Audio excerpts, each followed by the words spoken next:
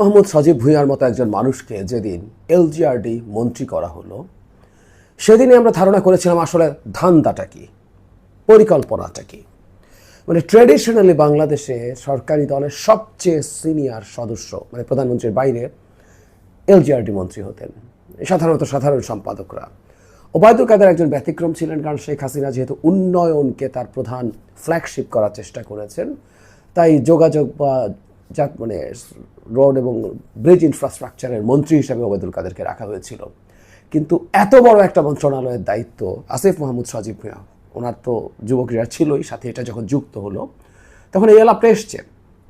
আমরা দীর্ঘদিন থেকে জানতাম কুমিল্লাতে তার নির্বাচনী এলাকাতে তিনি জনগণের টাকা, রাষ্ট্রের টাকা খরচ করে তার নির্বাচনী ক্যাম্পেইন করছেন, নির্বাচনী প্রতিশ্রুতি আগেই পূরণ করছেন, মানে বিভিন্ন প্রকল্প নেওয়ার মাধ্যমে। এই আলাপ আমরা করেছি, তিনি এই কাজটা করতে পারেন কিনা। যাই হোক, আমরা আসবো বিস্তারিত এই আলাপে।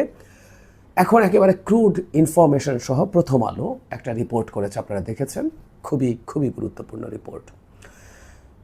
শুধু এলজিআরডি মন্ত্রী না, ক্যাবিনেট সেক্রেটারিও এর মধ্যে তার জেলার জন্য করছেন। আমি জানি না উনিও নির্বাচন করতে যাচ্ছেন কিনা। যাই হোক, তথ্যটা এরকম যে আসিফ মাহমুদ সজীব ভুঁইয়া তার জেলা কুমিল্লার সড়ক ও অন্যান্য গ্রামীণ অবকাঠামো মেরামত ও উন্নয়নে ২,৪০০ কোটি টাকার প্রকল্প নিচ্ছে স্থানীয় সরকার প্রকৌশল অধিদপ্তর। সবচেয়ে বেশি বরাদ্দ হচ্ছে আসিফ মাহমুদের নিজ উপজেলা মুরাদনগরে ৪৫৩ কোটি টাকা। একটা উপজেলায় ৪৫৩, এই ৪৫৩ সংখ্যাটা মাথায় রাখুন। আমি পরে এই রিপোর্ট থেকে কয়েকটা জিনিস পড়ব, আপনারা তখন মেলাতে পারবেন। দ্বিতীয় সর্বোচ্চ বরাদ্দ হচ্ছে এনসিপির মুখ্য সমন্বয়ক হাসনাত আবদুল্লাহর উপজেলা দেবিদ্বারে ৩৩৮ কোটি টাকা। হাসনাত আবদুল্লাহরও নির্বাচনী কাজ করে দেয়া হচ্ছে। যথেষ্ট তথ্য এখানে নেই, আমি নিশ্চিতভাবে বলতে পারি পটেনশিয়াল যতজন ক্যান্ডিডেট আছে এনসিপির, তাদের খুব বেশি নাই, প্রত্যেকের নির্বাচনী এলাকাতে এই ঘটনাটা ঘটছে, আমি নিশ্চিত এটা। একই পথে হেঁটেছেন মন্ত্রিপরিষদ সচিব শেখ আব্দুর রশিদও। তার জেলা সাতক্ষীরায় এলজিইডি নিচ্ছে ২,১৯৮ কোটি টাকার প্রকল্প। তিনি নিজে ভূমিকা রেখেছেন, বলা হচ্ছে অতীতে কোনো জেলায় এককভাবে এত বড় প্রকল্প নেওয়া হয় নাই। তিনি মানে এই যে দুই জেলার কথা বলা হচ্ছে, দুই জেলার চাইতে বহু খারাপ রাস্তা আছে। কুড়িগ্রাম জেলার ৭০% উপজেলা সড়কই খারাপ, এটা তারাই বলছেন। ৮০ কোটি টাকা বরাদ্দ চাওয়া হয়েছিল, ৪০ কোটি টাকা দেওয়া হয়েছে, কিন্তু সমস্যা হচ্ছে যখন জনাব আসিফ মাহমুদ সজীব ভুঁইয়ার কাছে তথ্য চাওয়া হয়েছিল, তাকে ফোন করা হয়েছে, ধরেননি, তাকে মেসেজ দেওয়া হয়েছে, তিনি সেটা রিপ্লাই করেননি। আমরা বুঝতে পারি কেন। কিন্তু জনাব শেখ আব্দুর রশিদ মন্ত্রিপরিষদ সচিব কথা বলেছেন, তিনি বলেছেন সাতক্ষীরায় নেওয়া হয় নাই, বিভিন্ন সময়ে গত সরকারের নেতিবাচক মনোভাব ছিল, রাস্তাঘাটে কষ্ট পায়, কিন্তু এত বেশি টাকার প্রকল্প নেওয়া হচ্ছে তিনি জানতেন না। সাতক্ষীরার বেশ কিছু এলাকা জামাত প্রবণ, আমরা জানি, সেই কারণে আওয়ামী লীগের কিছু নেগেটিভ অ্যাটিটিউড ছিল, এটা এক ধরনের যৌক্তিকও মনে হয়। কিন্তু খুব মজার ব্যাপার হচ্ছে, প্রথম আলোই বলছে এলজিইডি হিসাবে সাতক্ষীরার চেয়ে বেশি খারাপ রাস্তা হলো নোয়াখালী, চুয়াডাঙ্গা ও কুড়িগ্রামে। তো তাহলে সাতক্ষীরার চাইতেও বেশি খারাপ জায়গায় বরাদ্দ না দিয়ে সাতক্ষীরায় বরাদ্দ দেওয়া হয়েছে শুধুমাত্র একজন ব্যক্তির প্রভাব বিস্তার করেছেন বলে। আমি আবারও বলছি, মন্ত্রিপরিষদ সচিব কি নির্বাচন করবেন? আমরা খুব কেয়ারফুল থাকবো এই ব্যাপারে। নাকি জামাতের এলাকায় উন্নয়ন কর্মকাণ্ড করানো হচ্ছে যাতে জামাত এখানে ভালো করে, জামাতের লোকজনকে ইনভলভ করে, যাতে মনে হয় জামাত এই কাজগুলো করছে। আমাদের আরেকটু যদি অনুসন্ধানী রিপোর্ট আসে ভালো হবে। গত সরকার, কুমিল্লা ইজ প্রিভিলেজ, গত সরকারের এলজিআরডি মন্ত্রীও কুমিল্লার ছিলেন এবং লোটাস কামাল ছিলেন, সেখানেও বিরাট বিরাট প্রকল্প ছিল এবং সেগুলো সমানে চলছে এখনও। আবার এবারও কপাল গুণে কুমিল্লার এলজিআরডি মন্ত্রী হয়, আবার একই রকম সুবিধা তারা পাচ্ছেন। মজার ব্যাপার সেটা হচ্ছে এই যে প্রকল্পগুলো চলছে সেখানে জনাব আসিফ মাহমুদ সজীব ভুঁইয়ার হয়ে কাজ করছেন। আমি একটু পড়ি।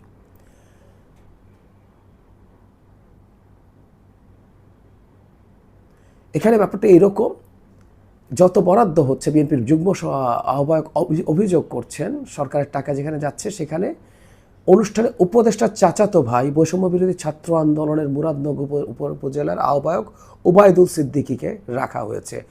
তিনি এলাকাবাসীর উদ্দেশ্যে বলছেন, উপদেষ্টা আপনাদের উপহার দিয়েছে, আপনারা আগামী দিনে উপহার দিকে খেয়াল রাখবেন, এটা বিএনপি বলছে।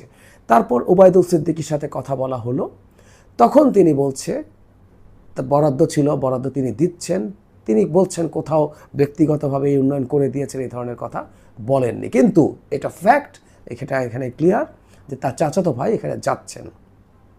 উনি আরও বলেন, মানে আসিফ মাহমুদ সজীব ভুঁইয়ার চাচাতো ভাই, আমি কোথাও রাস্তাঘাট স্থাপনের উদ্বোধনের সময় আসিফ মাহমুদের নির্বাচনের ইঙ্গিত দিয়ে কথা বলেছি, এই দাবি ভিত্তিহীন, বিএনপির লোকেরা আমাদের বিরুদ্ধে মিথ্যাচার করছেন। বৈষম্য বিরোধী ছাত্র আন্দোলনের বাইরের কমিটিগুলো নিষিদ্ধ হলেও তিনি ওইখানে ছিলেন, এতদিন ধরে তিনি ওখানে ছিলেন না, উদ্বোধনের সময়, কার্যক্রমের সময় এই কথা তিনি বলেননি বা এই দাবি করেননি। আমরা এভাবে যদি খেয়াল করি, যে বলছিলাম 453, 357 এই সংখ্যাগুলো মনে রাখতে, গত অর্থ বছরে মানে এই বরাদ্দ যে হচ্ছে একটা উপজেলায়, মানে পুরো জেলায় 2000 এত কোটি টাকা, একটা উপজেলায় মানে উপদেষ্টার উপজেলায় 450 কোটি টাকা, হাসনাত আবদুল্লার উপজেলায় 350 কোটি টাকা, এই ধরনের ক্ষেত্রে যেটা হয়েছে, সেই জায়গায় আমরা যদি বলি দেশের অবস্থা কী, সবচেয়ে কম বরাদ্দ পেয়েছিল গত অর্থ বছরের মধ্যে পিরোজপুর 13 কোটি, খাগড়াছড়ি 14 কোটি, ঝালকাঠি 15 কোটি, রাঙামাটি 16 কোটি, কক্সবাজার 16 কোটি, জয়পুরহাট 17 কোটি। মানে একটা গোটা জেলা 20 কোটি টাকাও বরাদ্দ পায়নি সর্বোচ্চ এতগুলোর মধ্যে। 13 কোটি দিয়ে শুরু, 17 কোটি দিয়ে শেষ। আর একটা উপজেলায় 450 কোটি টাকা বরাদ্দ হয়। আমরা ইত্রামির কথা বলি না, এগুলোই ইত্রামি। এবং এই ইত্রামি ডক্টর ইউনূস হতে দিচ্ছেন। যখন বড় প্রকল্প পাস হয়, একটা জেলার জন্য বিশেষ প্রকল্প 2000 কোটি টাকা, 50 কোটি টাকার বেশি যখন কোনো প্রকল্প হয়, সেই প্রকল্প পরিকল্পনা মন্ত্রণালয় থেকে পাস হয় না। এটা একনেক ইসিএনসি এক্সিকিউটিভ কমিটি বসে, ন্যাশনাল ইকোনমিক কাউন্সিলের, এটা চেয়ার করেন প্রধান উপদেষ্টা বা প্রধানমন্ত্রী থাকলে প্রধানমন্ত্রী। সো প্রধান উপদেষ্টার প্রশ্রয়ে এই ঘটনাগুলো ঘটছে। দীর্ঘদিন থেকে বলছি, এই আসিফ মাহমুদ সজীব ভুঁইয়া একটার পর একটা যেসব কাজ করে বেড়াচ্ছেন, এটাতে সরকারের ইমেজ মারাত্মকভাবে ক্ষতিগ্রস্ত হয়। কিন্তু আমরা কখনোই দেখিনি ডক্টর ইউনূসের মধ্যে ন্যূনতম ভাবাবেগ বা ভাবান্তর আছে। সাক্ষাৎকার দিয়ে আসিফ মাহমুদ সজীব ভুঁইয়া জানান আমাদেরকে ডক্টর ইউনূসকে তিনিই ফোন করেছিলেন। এটা কি সেই কৃতজ্ঞতার বহিঃপ্রকাশ করছেন ডক্টর ইউনূস? প্রশ্ন আমরা করতে চাই।